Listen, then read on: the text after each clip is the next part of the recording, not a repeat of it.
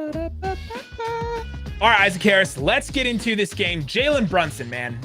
Jalen Brunson had an incredible game because, and you look at the stats and you say, okay, he had 19 points, 7 rebounds, 5 assists, 8 of 15 from the field, 3 of 6 from 3. He was plus 21, and you're like, okay, it's a solid game. Like, that's not an incredible game where you're like, he blew it out at 30 points. Like he had, remember that Bulls game a couple years ago where he had 30 points in a start?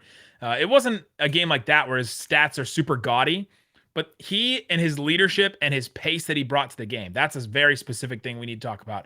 What he brought to this game was a chance because Luka was just not hitting well early. Luka at halftime had, what did he have? 7 points, 0 rebounds, 1 assist, 4 turnovers, and he was a minus 23 in the plus minus to start the game. So like anytime Luka was on the floor, it seemed he just couldn't get anything going. And you know, every once in a while that's going to happen to a guy, right?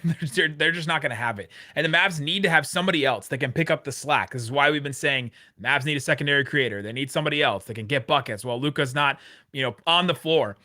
How about they need somebody to get buckets when Luka's on the floor and not getting buckets himself, right? And Jalen Brunson came in and provided that. He sped the pace up. He had early bucket and then 2 early assists, really just kickstarted the Mavs offense. The Mavericks started the game. We've been saying it over and over again. 23-3, the Mavericks were down. Mavs went on a 10-0 run to end the first quarter. They continued that. It was a 16-0 run into that second quarter. And the Spurs missed 13 straight shots. So the Mavs defense was also really picking it up there. Brunson hit a 3, and then they just kept coming back. The Mavs got the lead with 7 minutes to go in the second quarter. Like it was just as simple as that. As Jalen Brunson got in the game, and the Mavericks are able to just take full momentum of that game.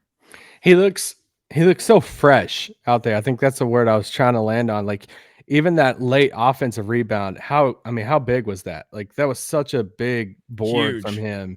And I mean, he's like arguably the smallest dude on the floor, and dude just comes flying in.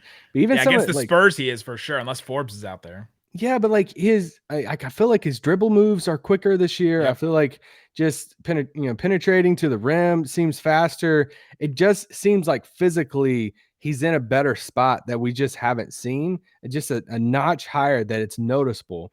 And yeah, more efficient shooting wise, creating space. Like he had that play in I think it was the fourth quarter where he just drove in and stopped on a dime, did this fadeaway, and he created all the space, but just teardrop jumper, mid-range, knock it down. And it's like, if you can get that consistency out of him as this secondary scorer, especially when Luka's off the floor, it's massive. I mean, we just spent yesterday's podcast talking about like, what is the ceiling? Somebody wrote in the mailbag of like, what's the ceiling for Jalen Brunson? And, I threw out there Andre Miller, and I'm like freaking feeling bad about it. And watching this game, I'm like, dang it. I mean, even though Andre Miller had a long, successful career, but you watch a game like tonight and you're like, dang, he really can be Goran Dragic, like peak Dragic. Yeah.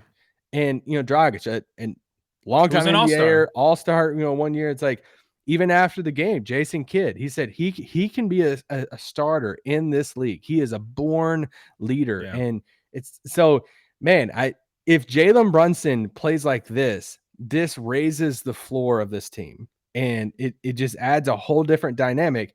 But I think it goes also to this bigger thing that we've consistently said.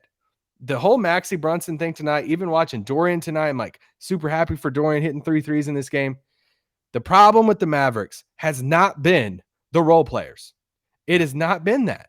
We've been saying this, that Brunson for like fine. 3 years. Maxi is fine. Dorian is fine. Like even the Maxi stuff, I got some tweets tonight. It's like Maxi's this, Maxi that, like kind of trying to halfway hate them. I'm like, guys, these dudes are fine. They're going to be inconsistent. They're role players. That's part of it. Yeah. The problem has been player 2 and player 3 as far as like the best players on the team. And this just shows you tonight that Maxi, Jalen Brunson, Dorian, these guys, they're great role players. We just got to figure out the top talent on the team.